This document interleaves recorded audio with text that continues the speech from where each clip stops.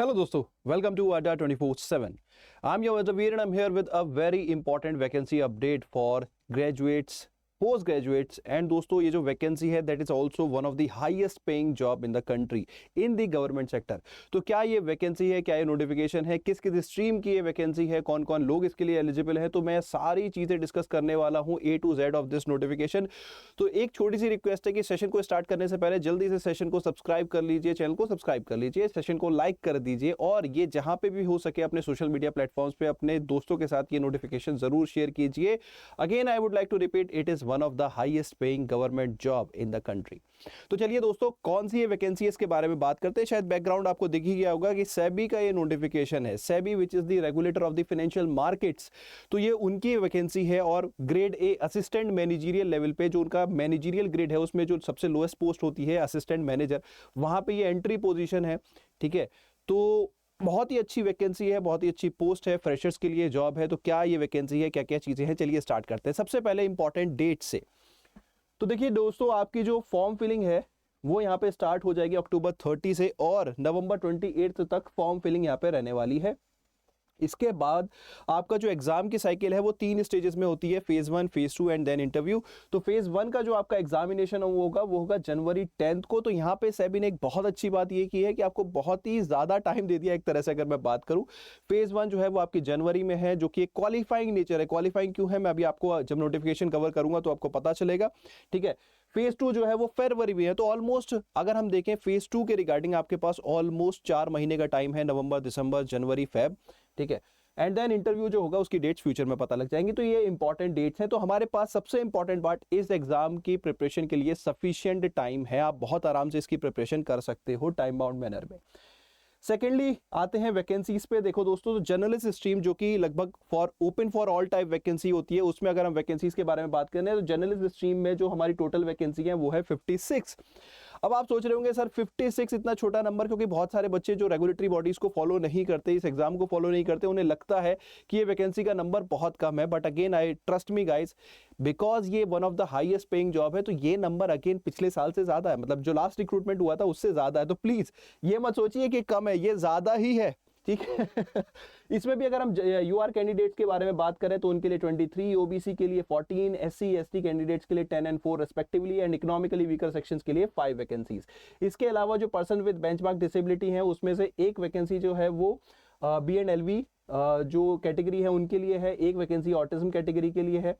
ठीक है, तो ये यहाँ पे डिटेलिंग यहाँ पे दी हुई है। आप सबसे इंपॉर्टेंट आते हैं क्वालिफिकेशंस पे। देखो ध्यान से सुनना जो मैं बताने वाला हूं, क्योंकि इसके बाद बच्चों के मन में बहुत सारे डाउट्स आते हैं, उन्हें क्लैरिटी नहीं मिल पाती कि क्या वो एलिजिबल है कि नहीं है। तो जनरल स्ट्रीम के लिए मैं क्वालिफिकेशंस के बारे में आपको बता देता हूं दोस्तों। सबसे इंपॉर्टेंट बात, अगर आपके पास एक मास्टर्स डिग्री है या उसके इक्विवेलेंट कोई डिग्री है, ठीक है, या आपके पास पोस्ट ग्रेजुएट डिप्लोमा है, ठीक है, 2 साल का अगर आपके पास कोर्स है, अब मैं यहाँ पे लिख रहा हूं आपके पास एमएससी है, एमकॉम है, एमबीए है, ठीक है, मतलब आपके पास मास्टर्स की डिग्री है। ठीक है, बाई चांस मेरे से छूट गया हो तो भाई बहुत सारे मास्टर्स की डिग्री होती है, अगर आपके पास कोई भी मास्टर्स की डिग्री है तो आप जर्नलिस्ट स्ट्रीम के लिए एलिजिबल हो जाते हो। कोई स्ट्रीम का क्राइटेरिया नहीं है। ठीक है, लेकिन एक कैच है। अब यहाँ पे बहुत सारे बच्चे ऐसे होते हैं जिनके पास मास्टर्स की डिग्री नहीं होती, बैचलर ग्रेजुएट्स होते हैं। तो बैचलर लेवल पे सिर्फ यहाँ पे 2 ही डिग्री हैं जो एलिजिबल है, एक है बीटेक और एक है लॉ, बैचलर इन लॉ। ठीक है, यानी कि एलएलबी अगर आपके पास है। तो देखो दोस्तों, ये बड़ा क्लियर मैं आपको बता दूं। अब ये मत पूछना सर मैं बीसीए हूं, मैं बीबीए हूं, मैं बीकॉम हूं, नहीं। अगर आप बैचलर डिग्री के बेसिस पे अप्लाई करना चाहते हो तो या तो आप बीटेक हो, बैचलर इन टेक्नोलॉजी, या बैचलर इन इंजीनियरिंग, या फिर बैचलर इन लॉ आपके पास होना चाहिए। मास्टर्स डिग्री के बेसिस पे कोई कंस्ट्रेंट नहीं है, आप बड़े आराम से अप्लाई कर सकते हो। भाई ये कंफ्यूजन मत पूछना प्लीज बार बार, बड़ा कॉमन सी चीज है, 2+2 टाइप है। बैचलर डिग्री के बेस पे अप्लाई करना चाहते हो तो आपके पास बैचलर इंजीनियरिंग या टेक्नोलॉजी होनी चाहिए, या फिर बैचलर इन लॉ होना चाहिए। सिंपल सी बात, बीटेक, बीई, और वो किसी भी स्ट्रीम में। अब यहाँ पे भी इंजीनियर्स बड़े कंफ्यूज हो जाते हैं, भाई इंजीनियर से ऐसा एक्सपेक्टेड नहीं होता। भाई देखो, आपके पास एग्रीकल्चर स्ट्रीम से है कोई बात नहीं, आपके पास मैकेनिकल स्ट्रीम से हो कोई बात नहीं, सीएस से हो कोई बात नहीं, सभी स्ट्रीम्स यहाँ पे एलिजिबल है। स्ट्रीम वाइज कोई क्राइटेरिया नहीं है, ग्रेजुएशन वाइज क्राइटेरिया है। ग्रेजुएशन इन इंजीनियरिंग और टेक्नोलॉजी वो एलिजिबल है, ग्रेजुएशन इन लॉ वो एलिजिबल है, post graduation in any stream post graduation masters degree in any stream, आप यहाँ पे एलिजिबल हो जाते हैं। तो बहुत इंपॉर्टेंट क्राइटेरिया है, क्योंकि सबसे ज्यादा डाउट्स मेरे पास इसी चीज से आते हैं दोस्तों, इसीलिए मैंने यहाँ पे क्वालिफिकेशन पे सबसे ज्यादा एम्फेसिस दिया है। ठीक है, तो आप थोड़ा सा आगे चलते हैं नोटिफिकेशन पे। तो आई थिंक जनरल स्ट्रीम के रिगार्डिंग आपको कंप्लीट आइडिया मिल गया हो। ठीक है, इसके अलावा जो हमारी स्पेशलिस्ट स्ट्रीम है, थोड़ा सा जल्दी मैं उनके बारे में भी बता देता हूँ। लीगल स्ट्रीम के यहाँ पे 20 वैकेंसीज है, अगेन काफी बड़ा नंबर है। ठीक है, और यहाँ पे क्वालिफिकेशन मांगा गया है बैचलर इन लॉ। ठीक है, इसके साथ साथ 2 साल का डिजायरेबल बेसिकली एक्सपीरियंस भी है। अभी डिजायरेबल एक्सपीरियंस जो मांगा गया है 2 साल का, उसका देखो एडवांटेज आपको कहाँ मिलेगा, वो इंटरव्यू स्टेज में मिलेगा। उससे पहले अगर आप प्री मेंस एग्जाम देना है तो कोई दिक्कत नहीं है। डिजायरेबल अगर आपके पास क्वालिफिकेशन नहीं भी है तो कोई बात नहीं, सिर्फ हाँ इंटरव्यू में आपको 3.75 मार्क्स का एडवांटेज मिलेगा अगर आपके पास एक्सपीरियंस है 2 साल का। ठीक है, then information technology simple 22 vacancies, then bachelor degree in engineering in any branch, मतलब मैकेनिकल इंजीनियर्स भी जो है वो यहाँ पे अप्लाई कर सकते हैं। ठीक है, लेकिन अगर आप सपोज देयर इज समवन जिसके पास बैचलर डिग्री इन इंजीनियरिंग नहीं है, कोई बीएससी है जिसने मास्टर्स की हुई है then in computer science, computer application या इंफॉर्मेशन टेक्नोलॉजी में, तो वो लोग भी यहाँ पे अप्लाई कर सकते हैं। मतलब सपोज कोई ऐसा बच्चा था जिसने बीएससी किया देन उसने एमएससी इन आईटी कर लिया, तो वो यहाँ पे एलिजिबल हो जाता है। ठीक है, तो ये एक इंपॉर्टेंट चीज है। देन रिसर्च के लिए फर्दर फाइनेंस स्पेशलाइज जो स्ट्रीम्स हैं वो यहाँ पे एलिजिबल है। आप चाहो तो एक बार नोटिफिकेशन रीड कर सकते हो। ठीक है, इसी के अलावा ऑफिशियल लैंग्वेज की भी यहाँ पे 3 वैकेंसी हैं और इलेक्ट्रिकल इंजीनियरिंग की भी यहाँ पे 2 वैकेंसीज, उसके साथ साथ सिविल इंजीनियरिंग की भी यहाँ पे 3 वैकेंसीज हैं। अब देखो लीगल हो, इलेक्ट्रिकल इंजीनियरिंग हो, सिविल इंजीनियरिंग हो, यहाँ पे डिजायरेबल एक एक्सपीरियंस मांगा गया है दोस्तों, लेकिन वो डिजायरेबल है, that is not mandatory. Form filling के टाइम पे आपको उसकी जरूरत नहीं है। हाँ, इंटरव्यू में उससे आपको सडनली 1-2 मार्क्स का एज, 1-2 नहीं to be precise 3 point something marks का आपको एडवांटेज मिलेगा। मैं अभी आपको आगे दिखाता हूँ। ठीक है, तो ये थी वैकेंसी डिटेल्स दोस्तों। अब आ जाते हैं सिलेक्शन क्राइटेरिया पे। बाकी देखो यहाँ पे एक इंपॉर्टेंट क्वालिफिकेशन आती है एज के टर्म्स में भी, वो भी मैं आपको बता दूं कि आपकी एज 30 क्रॉस नहीं होनी चाहिए ऑन सितंबर 30, 2025। 30, 2025 को सितंबर 30 को जो है आपकी एज 30 क्रॉस नहीं होनी चाहिए। ठीक है, तो ये एक इंपॉर्टेंट क्राइटेरिया यहाँ पे है।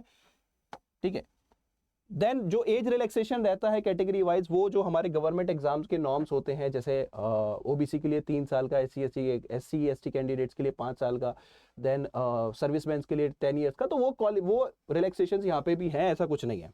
ठीक है, अगेन मैंने बोला कि ये गवर्नमेंट जॉब है तो इस वजह से।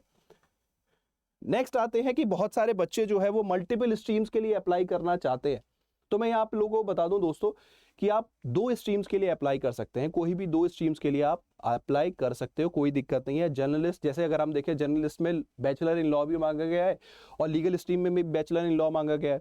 सिमिलरली जर्नलिस्ट स्ट्रीम में और जो हमारी बेसिकली आईटी वाली जो वैकेंसी है उसमें दोनों में ही इंजीनियरिंग डिग्री मांगी गई है, तो यहाँ पे बच्चे एलिजिबल हो जाते हैं मल्टीपल स्ट्रीम्स के लिए। तो आप ज्यादा से ज्यादा 2 स्ट्रीम के लिए अप्लाई कर सकते हो, कोई दिक्कत नहीं है। तो मैंने यहाँ पे रिपीट कर रहा हूँ, आप 2 स्ट्रीम के लिए अप्लाई कर सकते हो, बस सेपरेट एप्लीकेशन फॉर्म आपको देने होंगे। ठीक है, तो दोस्तों आप थोड़ा सा आगे चलते हैं, मोड ऑफ सिलेक्शन पे चलते हैं।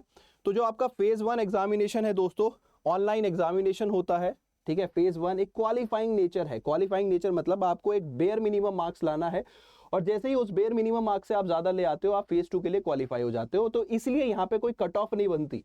ठीक है, यहाँ पे कट ऑफ इन्होंने पहले से ही दे दी है। वो कट ऑफ क्या है मैं आपको समझाता हूँ। तो जो आपका फेज 1 ऑनलाइन कंप्यूटर एग्जामिनेशन है उसमें आपके 2 पेपर होते हैं, पेपर 1 एंड पेपर 2।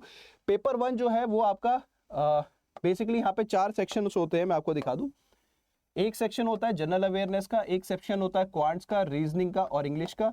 ठीक है, इक्वल वेटेज होती है और 100 मार्क्स का ये पेपर होता है। मतलब जीए भी 25 मार्क्स की, क्वांट भी 25 मार्क्स का, रीजनिंग भी 25 और इंग्लिश भी 25। अभी जो 100 मार्क्स का पेपर है जो 60 मिनट्स का होता है, इसमें आपको 30 मार्क्स से ज्यादा लाने होते हैं। मिला के ले आओ, एक सेक्शन में मतलब एक सेक्शन में तो आ नहीं सकते, 2 सेक्शन में 3 सेक्शन में मिला के 30 मार्क्स से ज्यादा ले आओ, that's it, you have qualified the paper 1। Then paper 2, paper 2 जो है वो एक जनरल स्ट्रीम का होता है, देन लीगल स्ट्रीम का होता है। दोनों में ही मल्टीपल चॉइस एमसीक्यू बेस्ड ये पेपर होता है। 100 मार्क्स का ये पेपर होता है, 50 क्वेश्चंस इसके अंदर आते हैं, 40 मिनट का ये पेपर होता है। इस पेपर में भी देखो डिफरेंट सब्जेक्ट्स होते हैं, इनके बारे में भी अभी जल्दी से बात करेंगे, लेकिन सिंपल सी बात है, इस पेपर में भी आपको सिर्फ 40% मार्क्स लाने होते हैं, यानी कि 40 मार्क्स। अगर आपके 40 मार्क्स आ गए चाहे एक सब्जेक्ट में ले आओ चाहे दो सब्जेक्ट में, अपने सिलेबस के हिसाब से, ठीक है। तो पेपर 2 में 100 में से आपको 40 से ज़्यादा मार्क्स लाने, पेपर 1 में 30 से ज़्यादा लाने, और मिला के पेपर 1 एंड पेपर 2 में मिला के 70 नहीं 80 मार्क्स से ज़्यादा ले आए अगर आप, तो आपकी कट ऑफ क्लियर हो जाएगी फेज 1 की, and you will definitely qualify for the phase 2। तो बहुत ही इंपॉर्टेंट क्राइटेरिया, बहुत ही सिंपल मैनर में मैंने आप लोगों को समझा दिया कि फेज 1 जो है वो यहाँ पे भैया क्वालिफाइंग इन नेचर है, ठीक है, जिसका पेपर 1 जीए, क्वांट्स, रीजनिंग, इंग्लिश आता है, और पेपर 2 में आपके स्पेशलाइज सब्जेक्ट्स होते हैं जो कि आपको पढ़ने होते हैं, ठीक है, और उसका भी एक पेपर होता है और उसको वो भी क्वालिफाइंग इन नेचर है। Phase 1 is just qualifying in nature. ज्यादातर बच्चे ऑलमोस्ट 80 to 90% बच्चे यहाँ पे क्वालिफाई कर ही जाते हैं नेक्स्ट फेज के लिए। तो नेक्स्ट फेज हमारी रियल कॉम्पिटिटिव स्टेज होगी, उसके बारे में भी बात कर लेते हैं।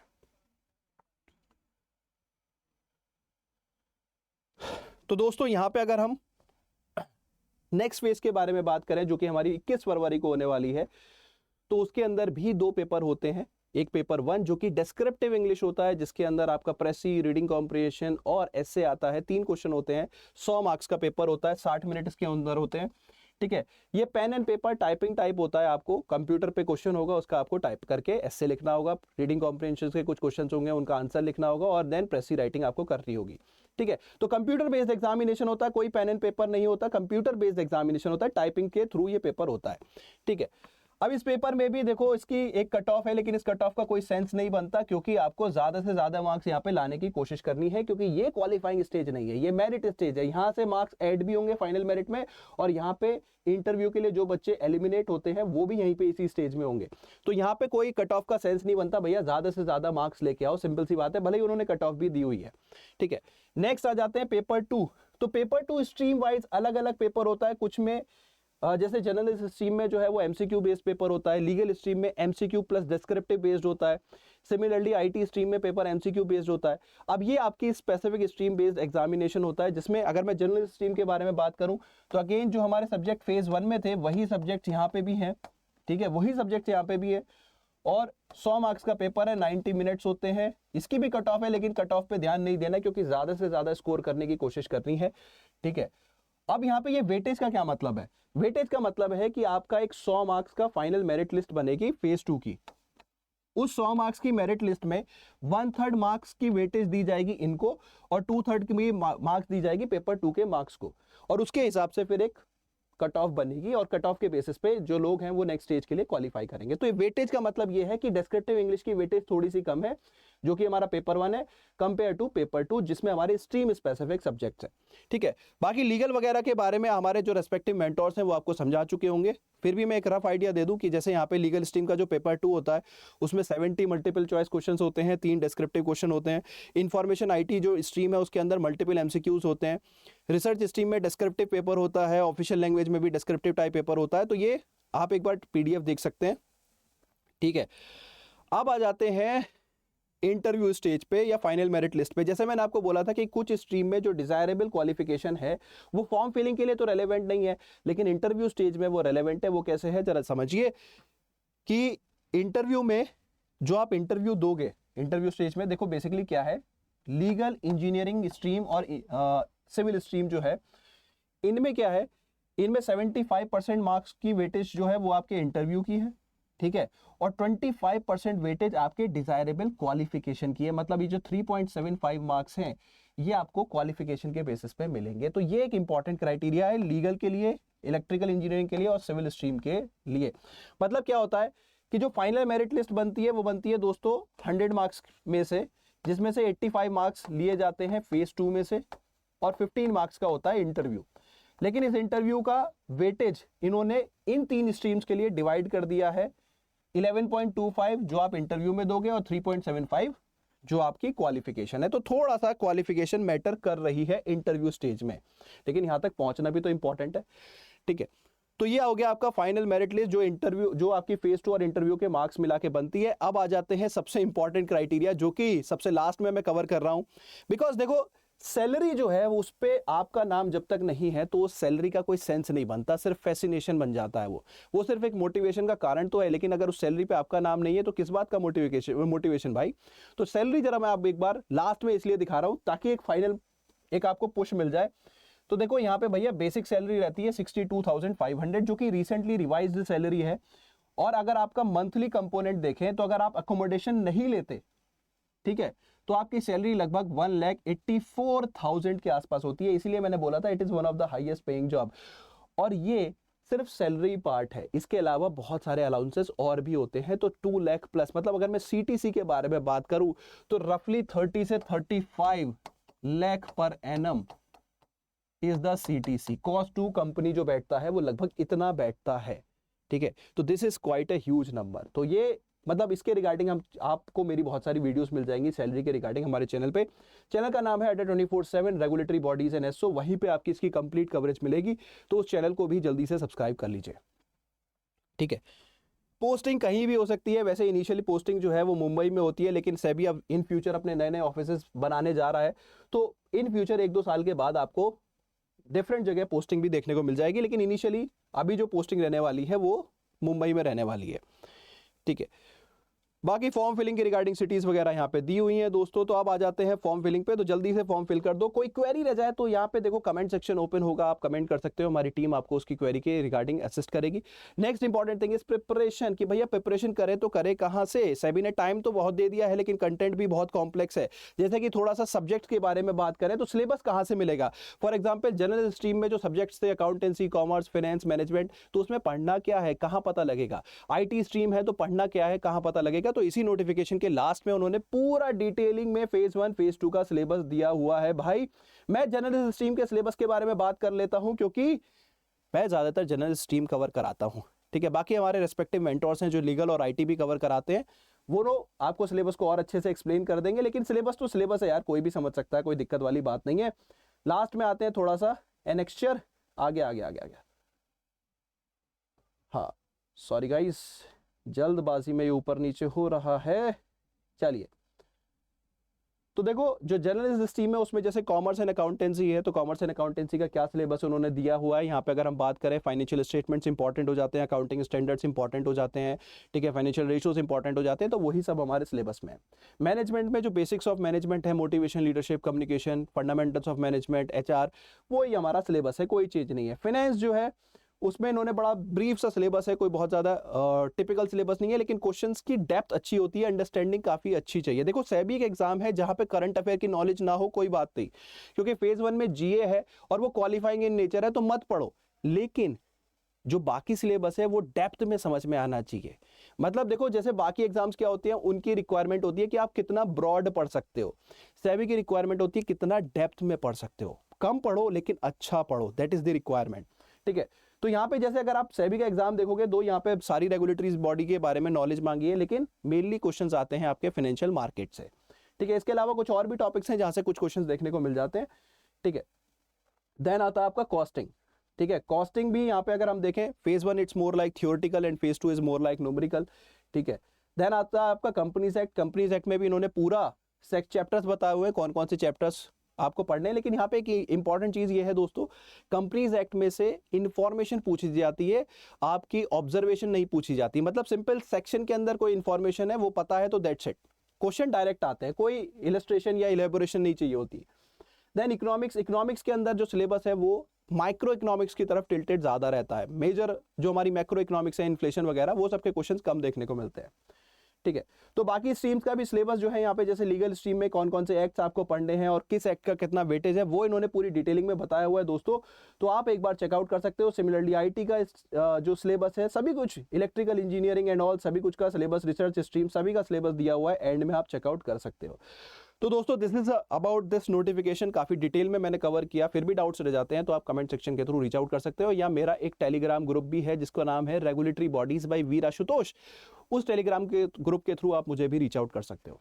अब आ जाते हैं प्रिपरेशन पे। तो प्रिपरेशन कहाँ मिलेगी? प्रिपरेशन मिलेगी अड्डा के प्लेटफॉर्म पे। तो अड्डा की वेबसाइट पे जाओ, ठीक है, सेबी के नोट ये सेक्शन में जाओगे, रेगुलेटरी बॉडीज, सबसे पहले अड्डा की website, then regulatory bodies and then SEBI.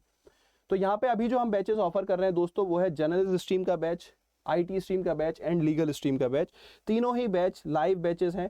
इनकी क्लासेस 3 नवंबर से स्टार्ट हो रही हैं, ठीक है। तो आप इसमें एनरोल कर सकते हो, बहुत ही जल्दी क्लासेस स्टार्ट हो जाएंगी, तो ज़्यादा डिले करने की जरूरत नहीं है। लाइव एनवायरनमेंट में कंप्लीट कवरेज प्रोवाइड की जाएगी। और कंप्लीट कंटेंट भी मिलेगा आपको यहाँ पे, ठीक है, एंड गाइडेंस भी मिलेगी। देन आ जाते हैं दोस्तों इस कोर्स को और भी कैसे अफोर्डेबल बनाया जा सकता है। तो अभी चल रही है हमारी सेल, और इसके रिगार्डिंग अगर आप कोड यूज करोगे Y581, तो जो प्राइसेस हैं ये मार्केट में सबसे ज्यादा अफोर्डेबल हो जाएंगे। तो one of the most affordable and quality content in the market. बस उसके लिए आपको क्या करना होगा, कोड यूज करना होगा Y581, और ऐप के थ्रू बात मतलब बाय करोगे दोस्तों, क्योंकि ये सेल जो है मंथ एंड सेल है, और ये रिसेंटली अभी मंथ एंड होते ही खत्म हो जाएगी, तो आपके पास ज्यादा टाइम नहीं होगा, फिर ये प्राइसेस बढ़ जाएंगे। तो फिर बाद में मत कहना सर आप पहले तो सस्ता दे रहे थे, अब आप महंगा कोर्स दे रहे हो। देखो ये सेल का टाइम होता है जो हमारा हमें भी नहीं पता होता कब आएगा, ठीक है। तो ball is in your court. फिर भी कोई क्वेरी है तो reach out to us through the comment section. इसी के साथ सेशन कर रहा हूँ wrap up. Thank you so much, bye bye, take care, have fun.